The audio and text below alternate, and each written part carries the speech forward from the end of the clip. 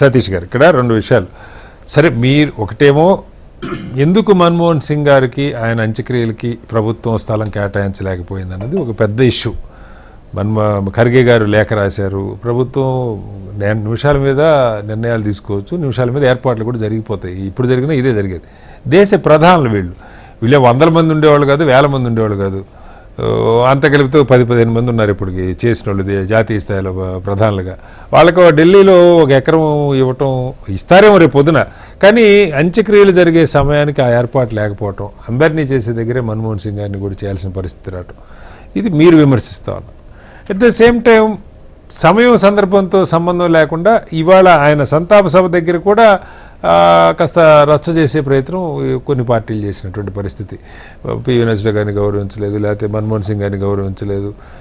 దీన్ని ఎలా అర్థం చేసుకోవాలి? అంటే రాజకీయాల స్థాయి గౌరీశంకర్ గారు చెప్పినట్టు ఆ రోజు పివి నరసింహరావు గారు, మన్మోహన్ సింగ్ గారు, వాజ్పేయి గారు ముగ్గురు అనుకుంటేనే ఆ సంస్కరణలు ముందుకు వచ్చినాయి.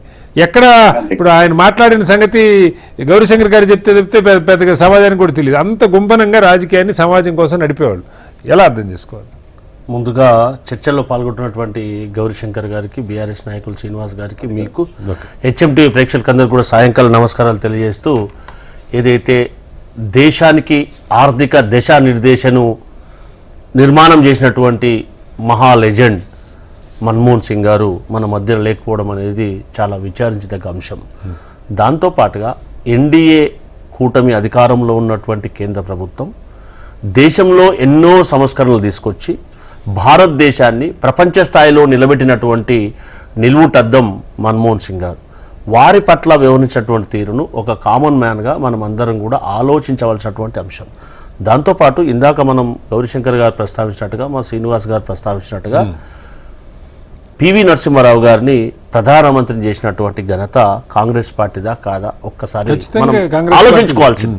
దాంతోపాటు డెప్త్కోకుండా మన్మోహన్ సింగ్ అనే వ్యక్తి ఆయన ఒక వ్యక్తి కాకుండా ఒక శక్తి. ఎందుకనంటే ఒక లెక్చరర్ స్థాయి నుంచి దేశంలో ఆర్థిక వ్యవస్థ ఏ విధంగా ఉండాలి, దాంతోపాటు ప్రపంచానికి భారతదేశం ఏ విధంగా పోటీగా నిలబడాలి, సాంకేతికంగా కానీ ఆర్థికంగా కానీ ఇక్కడున్నటువంటి ఎవరైతే రైతులకు కానీ ఒకే దఫా ఏ ప్రభుత్వం చేయనటువంటి 71,50,00,000 రూపాయలు రుణమాఫీ చేసినటువంటి ఘనత కానీ, దాంతోపాటుగా రైట్ టు ఎడ్యుకేషన్ కానీ, రైట్ టు ఇన్ఫర్మేషన్ కానీ, దాంతోపాటుగా ఏదైతే పనికిహార పథకం పెట్టి భారతదేశంలో వినూత్నమైనటువంటి మార్పులు తీసుకొచ్చినటువంటి ఘనత, దాంతో 2013 RR యాక్ట్, ఎవరైతే భూమి సర్వస్వం కోల్పోతున్నటువంటి తరుణంలో వారికి ఏ విధంగా రెవెన్యూ యాక్ట్ను ఇంప్లిమెంట్ చేయాలన్నటువంటి రూపకల్పన చేసినటువంటి మహా మనిషి మన్మోహన్ సింగ్ గారు. జాతీయ స్థాయిలో భూసేకరణ చట్టాన్ని తీసుకొచ్చినటువంటి ఘనత మన్మోహన్ సింగ్ గారు. దాన్ని అంతా మనిషి ఓ వ్యక్తి కోసం కాదు, దేశం కోసం. దేశం నిర్మాణం అయితే, ఈ దేశం బలోపేతం అయితే అందరికీ మంచిదన్న ఉద్దేశంతో ఇందాక అటల్ బిహారీ వాజ్పేయి గారి యొక్క సలహా మేరకు, ప్రతిపక్ష నాయకుడు ఉన్నప్పటికీ వారి సలహాల మేరకు పివి నరసింహారావు గారు విత్తశాఖ మంత్రిగా ఉన్నటువంటి వీరు ఇరువురు కలిసి దేశంలో ఏ విధంగా చేస్తే బాగుంటుందో ఆలోచన చేయడం జరిగింది. మరి ఎన్డీఏ ప్రభుత్వం ఈ విధంగా వివక్ష చూపడం అనేది సమంజసం కాదు అనేది మనం అందరం కూడా ఆలోచన చేయాలి. ఎందుకు అనంటే ఇందాక మనం చెప్పినట్టుగా ప్రధానమంత్రులు అనేవారు వేళ్లలో మనం లెక్క పెట్టే అవకాశం ఉంటుంది అనేది మన అందరికీ తెలుసు. అలాంటి పరిస్థితి నుంచి వివక్ష చూపడం అనేది సమంజసం కాదు. రాజకీయం పక్కన పెట్టి ఒక వ్యక్తికి ఉన్నటువంటి ఆదరణ కంటే వ్యవస్థాగతంగా మనం ఆలోచించవలసినటువంటి అంశం. రాజకీయ పార్టీలు ఈరోజు ఎన్డీఏ ఉండొచ్చు, తర్వాత ఇంకో కూటమి అధికారంలోకి రావచ్చు, లేదా ఇంకోరు అధికారంలోకి వచ్చే అవకాశం ఉంటుంది. అధికారం అనేది శాశ్వతం కాదు అనేది మనం అందరం కూడా ఆలోచన చేయాలి. ఆ రకంగా భారతీయ జనతా పార్టీ ఆలోచించడం లేదనేది మనం ప్రత్యక్షంగా కనిపిస్తూ ఉంది. ఓ మహోన్నతమైనటువంటి వ్యక్తి మన్మోహన్ సింగ్ గారు, వారి అంత్యక్రియలు స్వయంగా ఏఐసిసి అధ్యక్షులు, తర్వాత ప్రతిపక్ష నాయకులు కూడా అప్పీల్ మేరకు వారు చేసినటువంటి వినతిని వారు కనీసం కన్సల్ట్ చేయకపోవడం అనేది సమంజసం కాదు. దాంతోపాటు తెలంగాణ రాష్ట్రాన్ని 4.5 కోట్ల ప్రజల ఆకాంక్షను యూపీఏ చైర్మన్ గారి ఆదేశాల మేరకు ప్రతిపక్షంలో ఉన్నటువంటి అన్ని పార్టీలను నొప్పించి తెలంగాణ రాష్ట్ర ప్రజల ఆకాంక్షలు నెరవేర్చినటువంటి ఘనత మన్మోహన్ సింగ్ గారు. ఇవన్నీ కూడా మనం అందరం కూడా ఆలోచించవలసిన అంశం. మరి కేంద్ర ప్రభుత్వానికి ఎందుకు ఇవన్నీ గుర్తుకు రావట్లేదా, లేకపోతే మేము అక్కడ మన్మోహన్ సింగ్ గారిని గుర్తిస్తే ఒక మైనార్టీని మేము గుర్తించినట్టు అని చెప్పి భావిస్తుందా అనేది కూడా మనం అందరం కూడా ఆలోచన చేయాలి. ఎప్పుడు కూడా ప్రజాస్వామ్యంలో వ్యక్తుల కంటే వ్యవస్థ ముఖ్యం కాబట్టి వ్యవస్థను నిర్మాణం చేసినటువంటి వారిని మర్చిపోవడం అనేది ఇవన్నీ సమంజసం కాదు. మీరు చెప్పినవి బాగున్నాయి, కానీ ఆలోచన చేయాలి. మీకు రెండు ప్రశ్నలు. సరే, అది పివి నరసింహరావు గారిది ఇష్యూ దశాబ్దాలుగా మీరు ఆ విమర్శ ఎదుర్కొంటున్నారు. ఎందుకు ఆ రోజు ఢిల్లీలో మీరు అధికారులు ఉండి కూడా ఆయనకి ఒక ఇలాంటి ఏర్పాటు చేయలేదు? అలాగే 10 ఏళ్లలో నిజంగా ఈ రిఫార్మ్స్ మన్మోహన్ సింగ్ గారు పివి నరసింహరావు గారికి వెన్నుదన్నుగా ఉన్నారు. లీడ్ తీసుకుంది పివి నరసింహరావు గారు ఆ రోజు, ఇద్దరు లేకపోతే. కానీ భారతరత్న ఇవ్వలేకపోయారన్న అంశం కానీ, లేకపోతే పివి నరసింహరావు గారికి సరే మళ్ళీ అంతకుముందు మీరు ఎదుర్కొన్న ప్రశ్నే, బట్ ఇప్పుడు మళ్ళీ ఆ చర్చ వస్తుంది కాబట్టి ఏం చెప్తారు? ఎందుకు ఆయన అంత్యక్రియలు హైదరాబాద్లో చేయాల్సి వచ్చింది, లేకపోతే ఎందుకు భారతరత్న ఇవ్వలేకపోయారు, ఢిల్లీలో ఆయన స్మారకాన్ని ఎందుకు నిర్మించలేకపోయారు అంటే మీరు కూడా ఆన్సర్ చేసుకోవాలి కదా. పివి నరసింహారావు గారిని తెలంగాణ ప్రాంతం నుంచి ఒక దేశ అత్యున్నత స్థానం ప్రధానమంత్రి చేసినటువంటి ఘనత కాంగ్రెస్ పార్టీ గతంలో నేను చెప్పినట్టుగా మరోసారి గుర్తు చేస్తా ఉన్నాను. దాంతోపాటు దేశంలో సంస్కరణలు తీసుకురావడానికి అవకాశం కల్పించినటువంటిది కాంగ్రెస్ పార్టీ కాదా? మనం దాంతో పాటుగా పివి నరసింహారావు గారికి ఏదైతే చేయవలసినటువంటిది కాంగ్రెస్ పార్టీ వారికి సామాన్య కార్యకర్త నుంచి దేశ స్థాయిలో వారు చేసినటువంటి సేవలకు 100% గుర్తింపించింది అనేది మనందరం కూడా బాగా తెలుసు. సో అది మనం వాస్తవాన్ని గ్రహించాలి.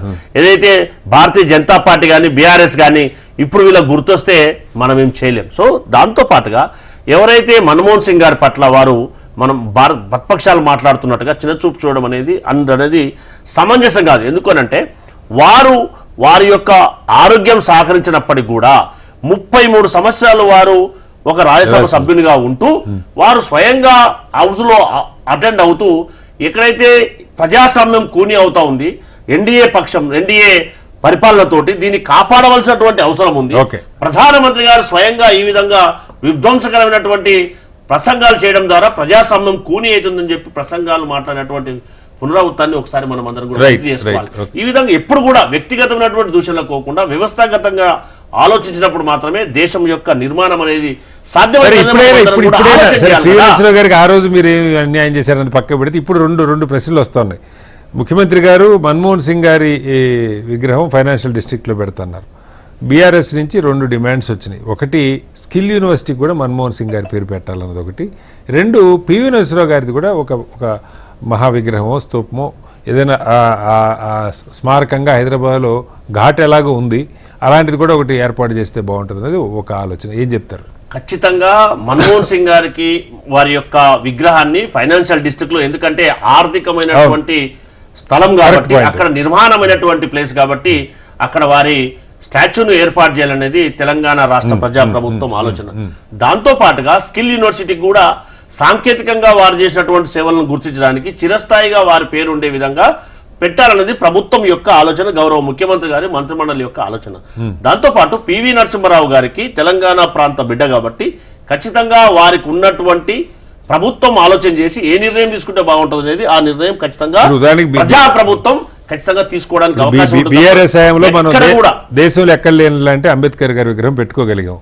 పివి నరసింహరావు గారు తెలంగాణ బిడ్డ. సరే, జాతీయ స్థాయిలో ఆ రోజు కాంగ్రెస్ ఏం చేసి ఇప్పుడు సరిచేసే అవకాశం మీ చేతిలో ఉంది. కనీసం దాన్ని ఖచ్చితంగా పివి నరసింహారావు గారు మన తెలంగాణ ముద్దు బిడ్డ, రెవెన్యూ రిఫార్మ్ తీసుకొచ్చినటువంటి మహానాయకుడు.